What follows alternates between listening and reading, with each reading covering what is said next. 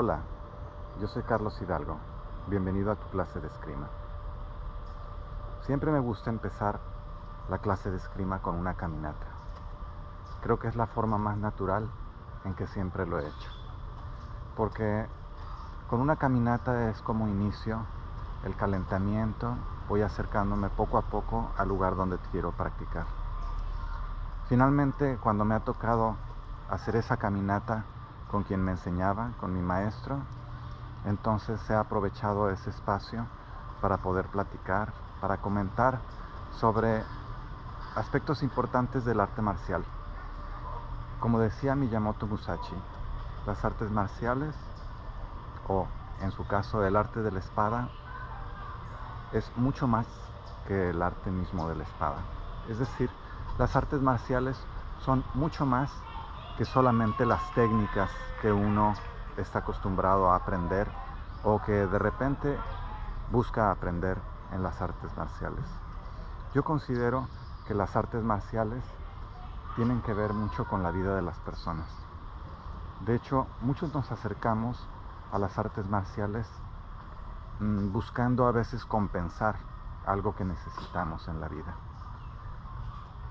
Cuando un adolescente se acerca a aprender artes marciales, él piensa que necesita eso, pero en muchas ocasiones no solamente es eso lo que necesita, sino quizás necesita más seguridad, se siente vulnerable, se siente incómodo en ciertas situaciones, o quisiera tener un mayor estatus que el que tiene actualmente.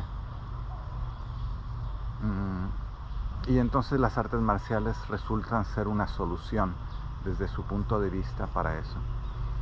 Si efectivamente se decide a practicar artes marciales, en el tiempo se dará cuenta de que efectivamente muchos de esos aspectos que él necesitaba conseguir, aspectos psicológicos o aspectos que tenían que ver con su autoestima, efectivamente puede hacerlos, o puede lograrlos, pero todo depende, porque en ocasiones se meten a practicar artes marciales con personas que tienen otros propósitos o que no buscan realmente formar a personas, y entonces esas personas más bien pueden dañar esas partes sensibles que la persona buscaba fortalecer. Por eso es muy importante escoger a un maestro adecuado cuando practicas artes marciales. En mi caso, cuando era adolescente, efectivamente tenía esa necesidad de buscar algo o alguien que pudiera fortalecer esas partes débiles que yo sentía que tenía. Y tuve la fortuna de encontrar a un maestro cerca de mi casa que me enseñó artes marciales, y que él no solamente se enfocaba en lo que yo hacía como técnica, desde luego, pues sí fortalecía ese aspecto, pero además de ese aspecto también se enfocaba en lo que me estaba pasando como persona individualmente. Recuerdo una vez que yo me iba a ir de vacaciones y le dije: dígame qué técnica debo de practicar en las vacaciones, o qué forma debo de practicar en las vacaciones. Y él me dijo: no, lo único que necesitas practicar es lo que dice en este libro.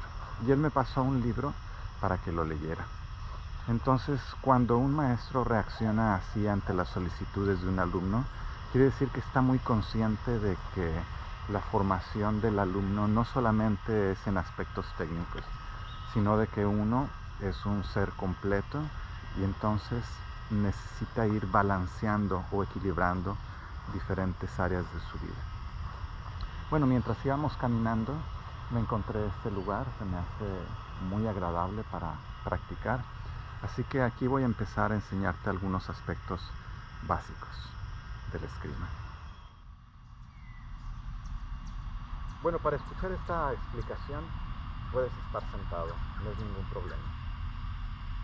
Para practicar arte marcial filipino, tus herramientas principales son tu cuerpo, un espacio amplio, agradable para ti para practicar, y desde luego un palo Si tú no tienes un palo como estos, pues puedes recortar un palo de una escoba.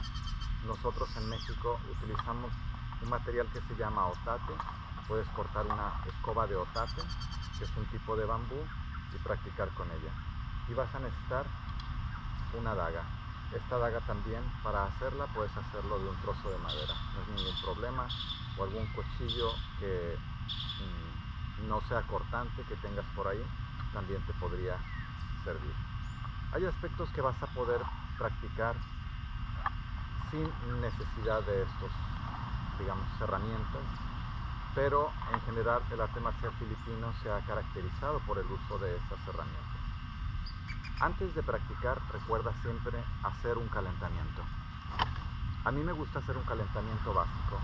Quiero suponer que como ya caminaste un rato, entonces no es necesario que empieces desde cero, por ejemplo, corriendo o algo así en tu área, pero todo va a depender. Si tienes mucho frío o el lugar donde estás es muy frío, entonces es importante que hagas más calentamiento. Sin embargo, si el lugar donde estás hace mucho calor, por ejemplo aquí es un lugar de playa, entonces es en general caliente, no necesitas mucho calentamiento, más bien un calentamiento más específico.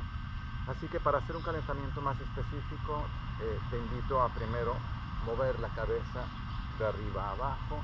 Este calentamiento consiste en básicamente movimientos circulares que vamos a estar haciendo con diferentes partes del cuerpo, y para hacerlo vamos a hacerlo de arriba hacia abajo. Ahora vamos a mover de la izquierda a la derecha y después acercando las orejas a los hombros. Si tú tienes otra forma de calentar, pues no importa, tú puedes hacer la que a ti más te acomode. Lo importante es que no dejes de calentar siempre antes de practicar esgrima, porque así evitarás lesiones. Una vez que hayas hecho tu práctica, tendrás que hacer movimientos similares, pero mucho más lentos, para que puedas enfriar. Ahora mueve tus hombros hacia atrás. Como te decía, los movimientos en esgrima normalmente son circulares, entonces por eso hacemos estos calentamientos de manera circular, para mover las extremidades, las articulaciones, y entonces prepararlas para movimientos más fuertes o más rápidos. Ahora mueve tus brazos hacia atrás.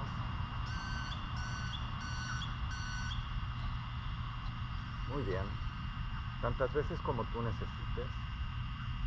Y ahora en sentido contrario. Ahora tus codos, los codos los movemos muchísimo cuando practicamos esgrima, entonces es importante pues que los hayas calentado suficiente. Ahora en el sentido contrario.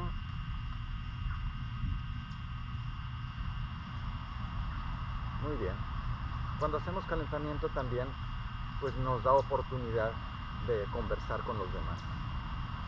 Para mí el calentamiento es un momento de socializar con mis estudiantes, para que ellos me puedan platicar cómo han estado, cómo les ha ido, qué piensan, qué han visto. Eso para mí es importante. Y pues son más o menos 10 minutos, 15 minutos, dependiendo del tiempo que le quieras dedicar al calentamiento, donde puedes conversar con los demás. Definitivamente practicar esgrima con los demás es muy agradable, y es importante también porque para ciertos ejercicios es necesario que estés con el otro, pero no puedes condicionar tu práctica a que siempre haya alguien más. Por ejemplo, ahora yo estoy solo, no tengo oportunidad de que alguien esté conmigo en esta práctica, pero el punto es cómo es que voy a dejar de practicar por el hecho de que no haya alguien más. Entonces también tenemos que ser capaces de ser independientes, de mantener un estado físico adecuado, independientemente de si hay una o no hay ninguna persona alrededor tuyo que te apoye, que te ayude, o algún estudiante, o algún maestro que te esté enseñando. Bueno, afortunadamente ahora con la posibilidad que tenemos del internet, si buscamos un maestro, bueno, pues el maestro puede estar en YouTube en ese momento, ¿no? Y lo que es difícil es encontrar un compañero para practicar en YouTube. Bueno, eso tendrás que buscarlo en su momento, cuando el ejercicio lo requiera, tendrás que buscarlo. A veces el compañero puede ser un árbol, porque lo que ocupas básicamente es varios puntos para estar entonces haciendo una práctica entre esos varios puntos. A veces puede ser la pared, si se da la ocasión, pero en ocasiones sí necesitarás una persona. Recuerdo en mi desarrollo haber pedido a varios de los miembros de mi familia que me apoyaran, porque aunque ellos no practicaban, pues yo necesitaba un brazo estirado, una pierna estirada para poder hacer mis técnicas. Desde luego lo ideal es que en tu comunidad, cerca tuyo, tú también entusiasmes a alguien a que practique. A veces es suficiente con que te pongas a practicar en un parque para que alguien se acerque a ti. Entonces, si es eso, bueno, pues tú le puedes decir que estás aprendiendo y que si quiere puede aprender contigo. Y entonces pueden aprender juntos y así siempre tendrán un compañero con el cual practicar. Además de hacer este calentamiento que acabamos de hacer, entonces también puedes hacer algunos estiramientos. Para mí, unos estiramientos básicos son, por ejemplo, hacer algunas flexiones con mis piernas para que estén más preparados. No utilizamos demasiado las piernas en esta práctica, pero a mí siempre me gusta un poco tener más flexible las piernas por si necesito hacer una práctica un poco diferente, y para preparar a mis rodillas para que soporte el peso de mi cuerpo. Eso es un estiramiento que yo hago normalmente. Tú, si necesitas más, pues puedes dedicarle un poco más al estiramiento. Yo lo que te sugiero también es que tengas durante la semana algunas sesiones de estiramiento muy específicas, es decir, sesiones que vayan dirigidas con ese propósito.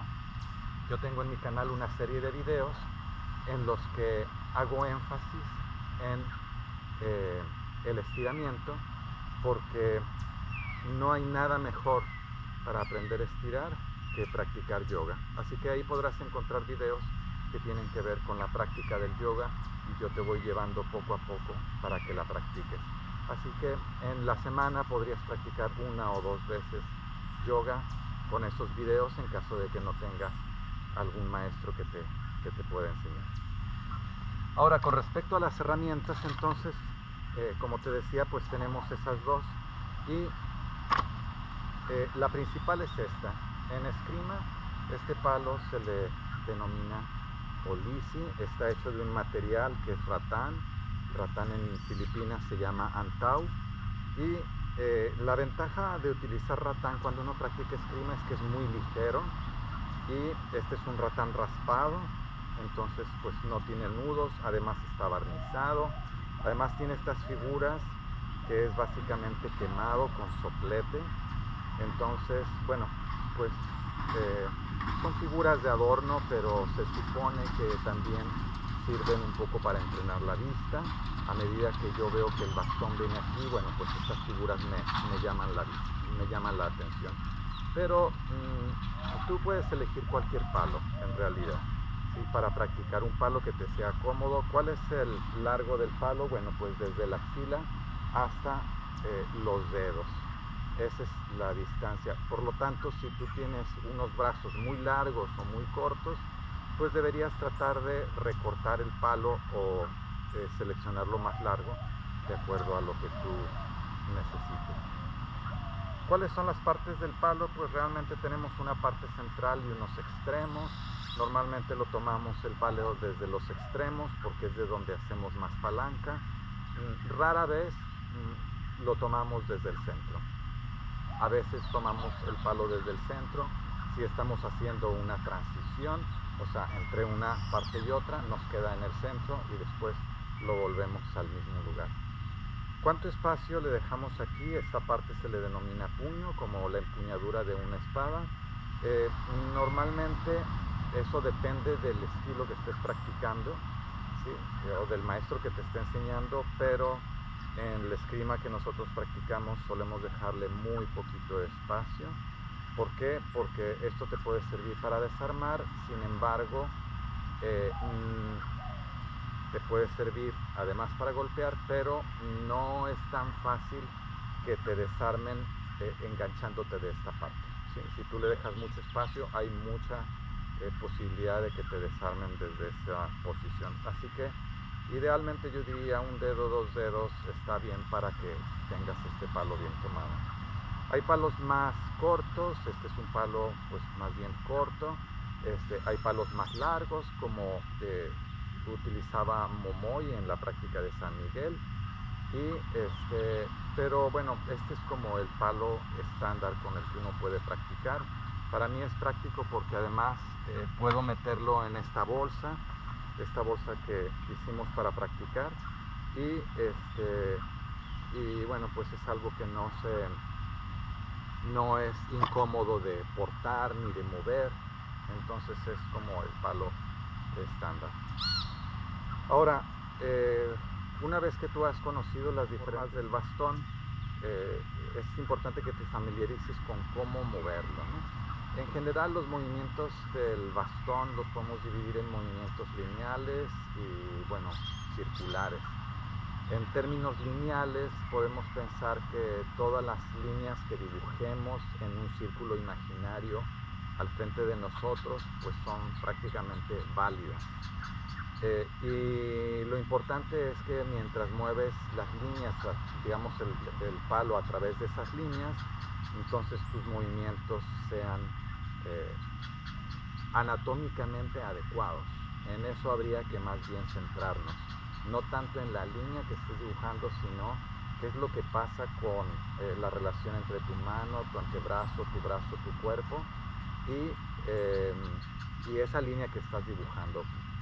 La línea más usual en alguien que no sabe, pues va a ser la línea, si es una persona que es diestra, es una línea que va desde su parte superior derecha hasta la parte inferior izquierda. Entonces sería esta línea. Esa es la más usual, ¿no? Básicamente es un golpe que la persona trata de dirigir a la cabeza del adversario y va de arriba hacia abajo. Es la forma más natural, no necesitamos aprender eso. Cualquier niño, si le decimos golpea una piñata, golpea un objeto, va a hacer eso. Eso es lo que va a hacer, ¿sí? Quizás la siguiente más natural es bajarla un poco y hacer esto.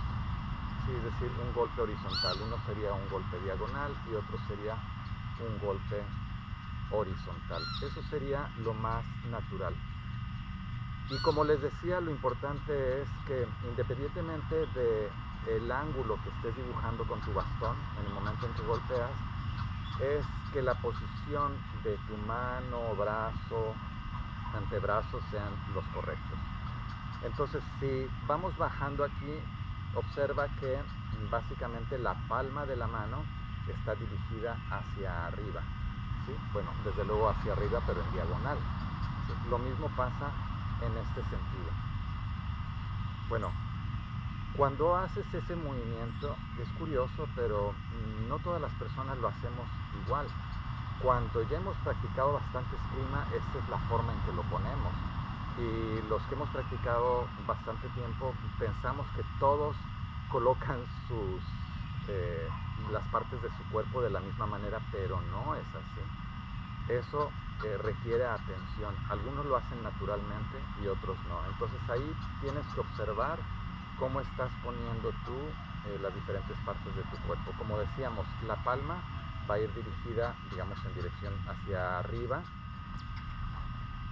Así que esa relación entre la mano y el antebrazo necesita ser bien cuidada. Básicamente vamos a tratar de que haya casi una línea recta entre esta parte y esta. No queremos esto y tampoco esto. Esos extremos no nos importa. que esté equilibrado. De esa manera tendremos un agarre fuerte. Y ese agarre fuerte pues lo mantenemos en todo el transcurso del movimiento. De esta manera. Así que siempre tendremos esa posición, esa relación entre la mano y el antebrazo. Ahora, ¿qué es lo que pasa cuando hacemos el movimiento contrario? Bueno, entonces al hacerlo volvemos a mantener esa relación. Ahora la palma va hacia abajo y entonces vamos de abajo hacia arriba. Lo mismo pasa entonces si hacemos desde abajo hacia arriba. Observen que otra vez la palma vuelve a estar hacia arriba, entonces mantenemos esa relación bien firme. Y lo mismo sucede si subimos desde el otro lado. Ahora la palma está hacia abajo, entonces mantenemos esa relación. Cuando hacemos entonces esta X, queremos mantener esa relación, ¿sí? X, ¿sí? O hacemos de abajo hacia arriba, que sería Saka, ¿sí? De arriba hacia abajo, que sería Hulog, que es un movimiento de arriba hacia abajo, y así sería un movimiento de abajo hacia arriba, que sería Saka, ¿sí? ¿Qué hacemos mientras practicas ese movimiento con los brazos? Pues te pones una posición natural, es decir, sería una posición con la pierna que corresponde al mismo brazo que estás moviendo enfrente, y un poco más atrás, un poco más allá del ancho de las caderas, el otro pie, no así, te vas a desequilibrar, sino un poco girado. Así que en esa posición moverías el brazo. Esto que yo hago, mientras estoy haciendo esto, si tú no estás acostumbrado a esta práctica, te darás cuenta de que muevo la mano izquierda. Eso es producto del entrenamiento. También a veces cuando hemos practicado muchos años pensamos que toda la gente se mueve igual, pero realmente eso es producto del entrenamiento. Lo que hago básicamente es cuando bajo, esta mano se acerca, digamos que hay un equilibrio porque esta se está dirigiendo hacia la izquierda y esta se acerca hacia la derecha. Y cuando abro, entonces esta también abre. De esa manera mantengo una relación equilibrada entre las dos manos. Pero en términos de la práctica o de una pelea con alguien, pues es importante ese equilibrio. Porque si yo hiciera este brazo hacia la izquierda y también mantuviera este otro brazo en la izquierda como está, entonces inmediatamente dejaría todo el lado derecho expuesto. Y si yo cuando fuera hacia la derecha también hiciera este otro hacia la derecha, entonces dejaría todo este otro lado expuesto. Así que el hecho de compensar, es decir, mover de manera equilibrada, cuando este brazo va para acá, este va para acá, y cuando este va para acá, este va para acá, entonces me permite siempre estar protegiendo el área que va quedando, digamos, descubierta, ¿no? Lo mismo pasa de esta manera, cuando yo bajo la mano, porque este subió y entonces este está abajo. Cuando hago esto, este está arriba, ¿sí? Aquí va a un lado. Entonces, esa es la manera que gracias al entrenamiento uno termina aprendiendo a mover esta mano. Esta mano se llama la mano libre o le llaman la mano viva, ¿sí? Básicamente es una mano muy importante porque esta no solamente permite bloquear un golpe que voy a defender aquí, sino que permite controlar la mano que está tirando el golpe. Imagínense que a mí me tiran un golpe de este lado, entonces yo con esto puedo detener la mano que me tiró el golpe. Si yo bloqueo un golpe de este lado, entonces ahora voy a poder detener la mano que me está tirando de este lado. Entonces, esa es un poco la lógica de que a partir del entrenamiento nosotros podemos mover la mano a diferentes posiciones según los huecos que se están creando. Así que bueno, la clase de hoy ha sido un poco teórica, no ha sido ha sido una clase de introducción para que tú entiendas un poco lo que estamos haciendo en Eskrima. Y la próxima clase tendremos más oportunidad de que tú practiques, de que tú te muevas, de que hagas algunas prácticas. Es importante que mantengas una práctica que sea factible de que tú la realices. En términos de tiempo, en términos de lugar, no te debes de presionar haciendo cosas demasiado extraordinarias cuando estás empezando, porque entonces eso te va a desestimular la práctica. Imagínate que te pusieras como propósito que vas a practicar todos los días a las 5 de la mañana y vas a practicar 2 horas porque entras a trabajar a las 8 o entras a estudiar a las 8. Bueno, quizás lo vas a lograr un día, quizás 2, quizás 3, pero seguramente más allá de eso no vas a pasar, porque se necesita muchísima disciplina, constancia, decisión y que las condiciones estén dadas para mantener una práctica tan exigente en ese horario. Entonces lo ideal es que empieces siendo muy flexible respecto a tu práctica, que veas cuál es el espacio que tienes normalmente, no importa la hora que sea, y entonces que trabajes con ese horario. Quizás para ti lo ideal sería que fuera 1 hora, pero si tienes media hora, no importa, acomoda las cosas para que sean esa media hora o 15 minutos. A medida que tu cuerpo se vaya acostumbrando a la práctica, poco a poco podrás ir incrementando ese tiempo y la calidad que tienes en ese tiempo de práctica. Así que por ahora lo dejaremos hasta ahí. Quizás una de las partes que más disfruto es la vuelta al lugar donde inicié. Es una cuestión casi metafórica porque tiene que ver con que en la vida uno inicia las cosas, pero no solamente debe iniciarlas, sino que debe de cerrarlas. Así que cuando yo vuelvo al lugar donde empecé, al lugar donde salí, quizás mi casa o donde estaba, en el trabajo, para irme a practicar, pues esa vuelta también yo la disfruto mucho. Es muy importante. Y también tiene un papel finalmente dentro de la práctica porque corresponde al enfriamiento. Es el tiempo donde si hicimos un ejercicio muy intenso, entonces vamos a relajarnos, y si nos toca la oportunidad de haber practicado con alguien más, entonces pues vamos comentando.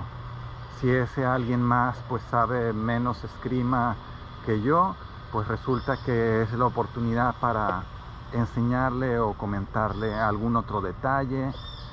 Quizás me dice alguna duda y entonces yo trato de respondérsela, le doy una visión distinta a la que él tiene sobre las cosas, o a veces ese es el momento en el que dejamos de hablar de la eskrima y entonces hablamos de pues de algún otro aspecto de la vida que a esa persona le interesa, ¿no? Quizás tiene problemas en el trabajo, quizás tiene dificultades con su pareja y tiene esas inquietudes, y esas realmente son las inquietudes que en el momento pues trata o es importante abordar. Recuerdo que uno de mis maestros, cuando yo lo conocí, realmente yo no tenía mucho interés en lo que él enseñaba, y resulta que pues un amigo me pidió que fuera yo a grabar, porque en ese tiempo yo me dedicaba a grabar eventos. Entonces, bueno, estoy hablando de hace bastantes años y bueno, no todos tenían la posibilidad de tener una cámara, todavía no utilizábamos los celulares. Entonces él me dijo, oye, por favor, ¿no podrías ayudarme y tú grabas este seminario que va a dar este maestro? Y recuerdo que yo le dije que sí, estuve grabando el seminario. No crean que me interesó mucho el seminario, porque realmente no era la técnica que yo buscaba en ese momento aprender. Y resulta que mientras eso pasaba, en la noche fuimos a cenar y después me dijo, por favor, lleva al hotel al maestro. Y entonces así lo hice, y mientras iba yo llevándolo, resulta que yo pensé si él es realmente un maestro, a mí lo que me interesa preguntarle no es sobre la técnica, sino sobre una duda existencial que yo tengo. Eso era realmente mi interés.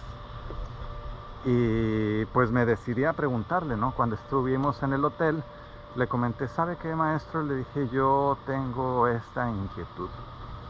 Y se la planteé y me encantó porque realmente él me dio una solución muy práctica, muy sencilla, con pocas palabras, y es una solución que me sirvió mucho en esa etapa de la vida.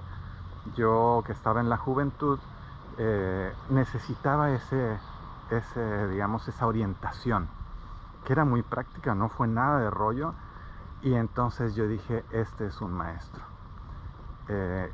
Creo que encontrar a un maestro es una gran fortuna en la vida, y yo siempre enfatizo la importancia que tiene el encontrarlo, ¿sí? Es algo muy relevante.